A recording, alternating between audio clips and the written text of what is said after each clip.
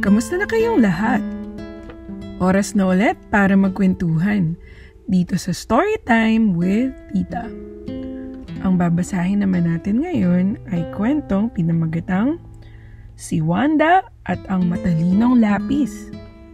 Isa sa mga kwentong pambata ng SGE Children's Books. Magbasa at magkulay. Simulan na natin.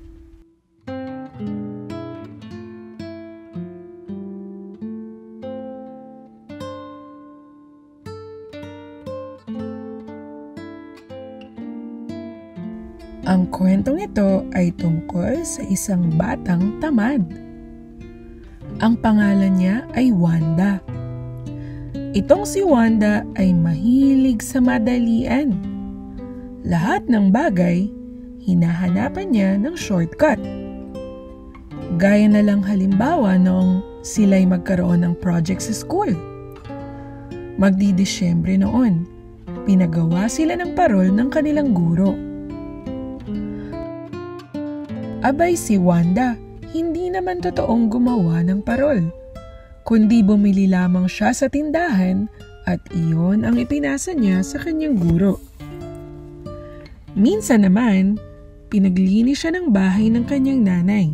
Sa halip na itapon sa labas ang mga dumi at alikabok na kanyang nawalis, sukat inilagay niya iyon sa ilalim ng carpet.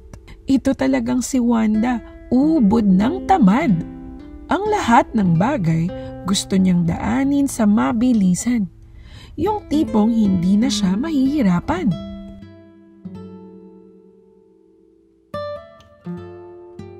Sa katunayan, pati sa pag-aaral, talagang tamad na tamad si Wanda. Ayaw na niyang dumaan sa elementary. Gusto na niya agad mag-high school at mag-college at magtrabaho gaya ng matatanda. Bakit kasi ang tagal-tagal mag-aral, nanay? Gusto ko nang magtrabaho. Talagang ganoon, Wanda? Ang lahat ng bagay may tamang paraan at may prosesong sinusunod. Ang tagal-tagal nakakainip. Abay, dapat kang matutong maging matyaga at mapagpasensya. Dahil kung hindi mo pagdaraanan ang dapat mong pagdaanan, balewala rin kung marating mo man ang gusto mong marating.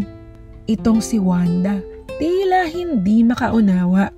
Para sa kanya, mabuti pa ring madaliin ang mga bagay-bagay.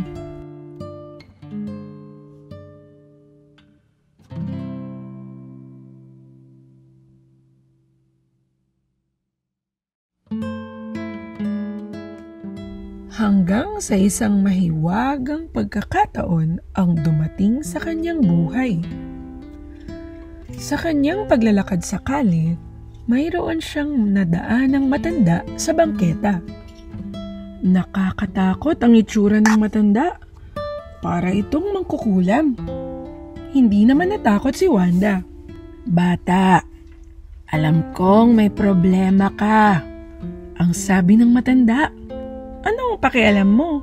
Ang pagsusungit ni Wanda. Alam mo ba na pwede kitang matulungan sa problema mo? Tulong? Ano namang tulong ang maibibigay mo? Alam kong inip na inip ka ng mag-aral. Gusto mo nang makatapos ka agad, hindi ba? Namangha si Wanda. Paano mong nalaman ang problema ko? Ang tanong niya. Marami talaga akong alam na ikabibigla mo. Naging interesado kaagad si Wanda sa sinasabi ng matanda. Sige, papaano mo ako matutulungan sa problema ko? Ang tanong ni Wanda. Narito ang isang lapis. Lapis? Marami na ako niyan. Kakaiba ang lapis na ito. Makapangyarihan. Talaga?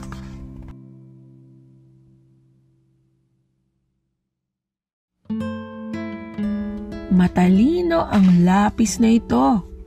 Kapag ginamit mo ito sa anumang pagsusulit, tiyak na makakapasa ka. Dahil alam ng lapis na ito ang sagot sa lahat ng tanong. Marahang inabot ng matanda kay Wanda ang lapis. Saglit itong pinagmasdan ni Wanda. Napaka-ordinaryo naman ng lapis na iyon. Wala siyang makitang mahiwaga o makapangyarihan doon. Niloloko mo lang yata ako ang sabi niya sa matanda. Pagbaling niya rito ay wala na ang matanda. Naglahong parang bula. Kinilabutan si Wanda. Dali-dali niyang isinilid sa kanyang bag ang lapis at nagmamadaling lumakad paalis.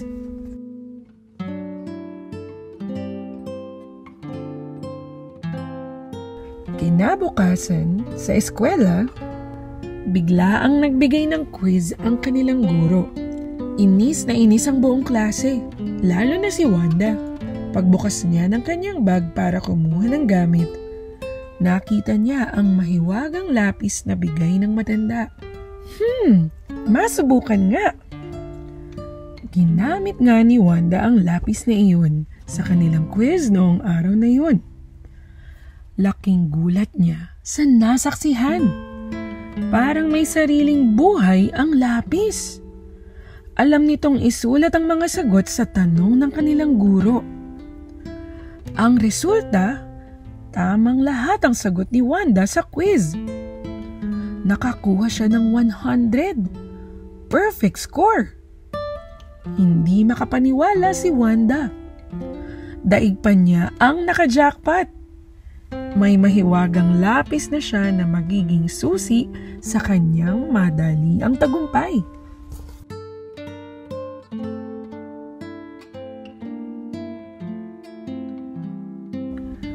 Inilihim ni Wanda ang tungkol sa kanyang mahiwagang lapis. Sa tuwing sila'y may quiz o test, ginagamit niya ang lapis na iyon. Parati siyang nakakakuha ng perfect score. Bilib ang lahat ng mga guro kay Wanda. Nagkaroon ng rekomendasyon na i-accelerate si Wanda, na ang ibig sabihin, maaari na siyang lumaktaw ng ilang grade para siya ay mabilis na makatapos. Mula sa pagiging grade 2, si Wanda ay naging grade 4 agad. Tuwang-tuwa si Wanda. Mukhang mapapabilis ang kanyang pagtatapos gaya ng kanyang nais.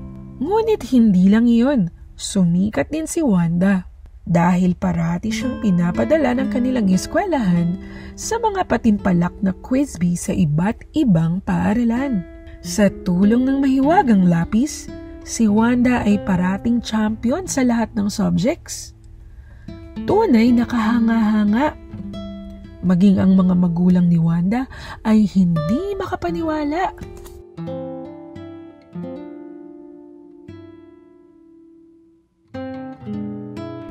Hanggang isang gabi, may dumalaw sa kanya. Laking gulat ni Wanda nang makitang nasa tapat ng bintana ng kwarto niya ang matandang mukhang mangkukulam. Psst! Ang tawag dito sa kanya. Kamuntik nang mahulog sa kama si Wanda sa sobrang pagkagulat. Anong ginagawa mo dyan? Gusto kitang makausap, ang sabi ng matanda. Tungkol saan? Tungkol sa lapis na ipinahiram ko sa iyo, ang sabi nito.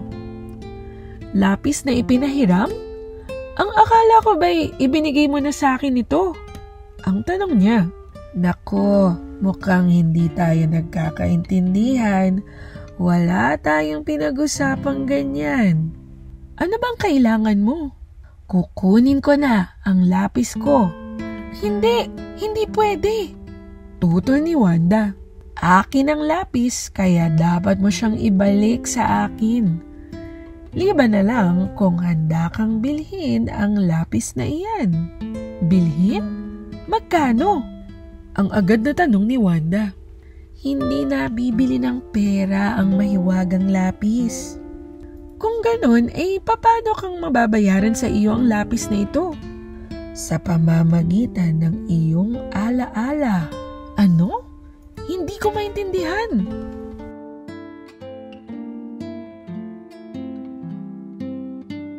simple lang. Sa bawat paggamit mo ng lapis na iyan, isang alaala ang mawawala sa isipan mo. Ito ay tatangayin ng lobo patungo sa aking koleksyon. Anong alaala ang kukunin mo sa akin? Anumang alaalang mahalaga sa iyo. Alaalang masaya, alaalang malungkot, alaala ng iyong mga kabiguan at pagkatalo, alaala ng iyong magagandang panaginip at mga pangarap. Natawa si Wanda. Iyan lang pala eh. Sige, kunin mo ng lahat. Total, madali namang gumawa ng panibagong alaala. Saka ang mahalaga, hindi ako makakalimot sa mga taong kakilala ko at sa mga lugar na alam ko. Kung hindi, para na akong may amnesia. Natawa ang matanda. Oo, hindi mo makakalimutan ang mga detalye. Ang kukunin ko lang ay ang alaala ng bawat pagkakataon sa buhay mo. O sige, bahala ka. Basta ako, masaya na ako sa lapis na ito. Gagamitin ko ito ng gagamitin para mapabilis ang pag-unlad ko. Ganoon nga ang nangyari. Nakipagkasundo si Wanda sa matanda. Nagpirmahan pa sila ng kontrata.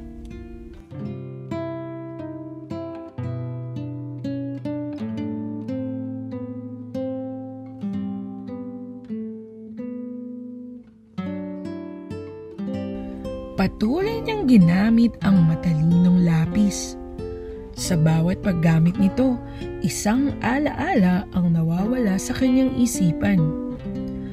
Alaalang animo tinatangay ng lobo mula sa kanyang isipan patungo sa kawalan. Gaya ng alaala ng ikapatonyang kaarawan, kung saan ipinaghanda siya ng kanyang tatay at nanay ng magandang party.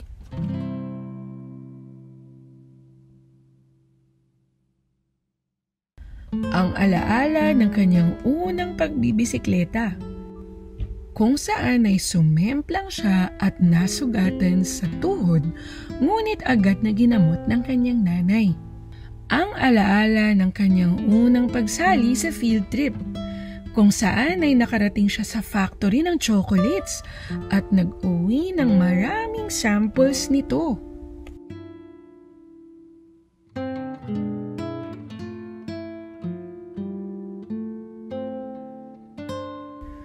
Ang mga alaala ng mga pagkukwento sa kanya ng kanyang nanay bago matulog noong siya'y munti pa. Ang mga Paskong nagdaan na parati siyang ginigising ng kanyang tatay tuwing madaling araw para buksan ang kanyang mga regalo.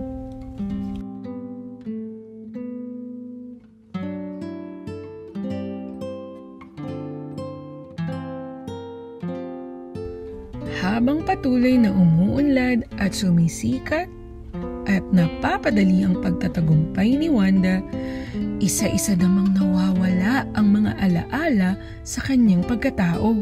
Hanggang sa magtalaga si Wanda. Sa edad na 16, si Wanda ay tapos na ng kolehiyo at isa ng doktor. Kay dali rin niyang nalalaman ang sakit ng tao sa pamamagitan ng pagsusulat gamit ang kanyang lapis. Agad din niyang naisusulat ang gamot sa reseta gamit ang matalinong lapis. Si Wanda ay isang pambihirang nilalang sa mata ng madla. Matalino, maganda, matagumpay, tunay na pinagpala.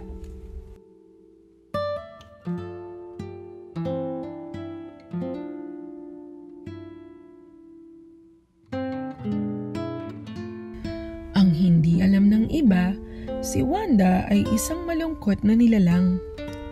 Sa tuwing dumarating ang araw ng Pasko, pilit niyang inaalala ang mga pagkakataong kasama ang mga magulang. Ngunit hindi na niya maalala. Wala na siyang maalala. Sa tuwing tinatanong si Wanda tungkol sa kanyang kabataan, wala siyang maikwento. Maging ang matalinong lapis ay walang alam tungkol sa kanyang pagkatao. Naisip ni Wanda, Nasaan na nga ba ang mga magaganda at ginintong pagkakataon sa kanyang buhay? Nawala ang lahat. Tinangay na ng lobo patungo sa koleksyon ng matandang mukhang mangkukulam. Dito na natauhan si Wanda. Hindi pala masayang ganitong buhay. May tagumpay nga, salat naman sa magagandang alaala.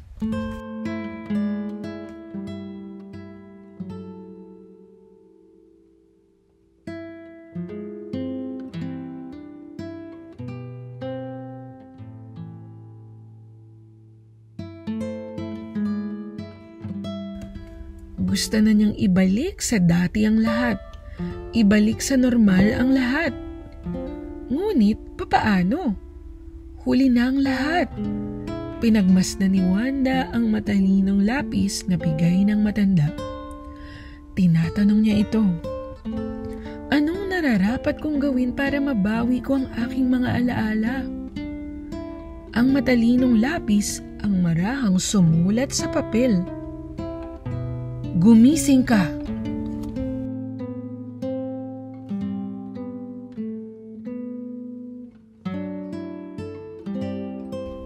Biglang nagising si Wanda. Nagising mula sa isang masamang panaginip. Kahit panaginip lamang iyon, isang napakahalagang aral ang natutuhan ni Wanda. Aral na hindi niya kailanman ipagpapalit. Magmula nga noon, nagising na si Wanda sa katotohanan ng buhay, na ang lahat ng bagay hindi dapat madaliin.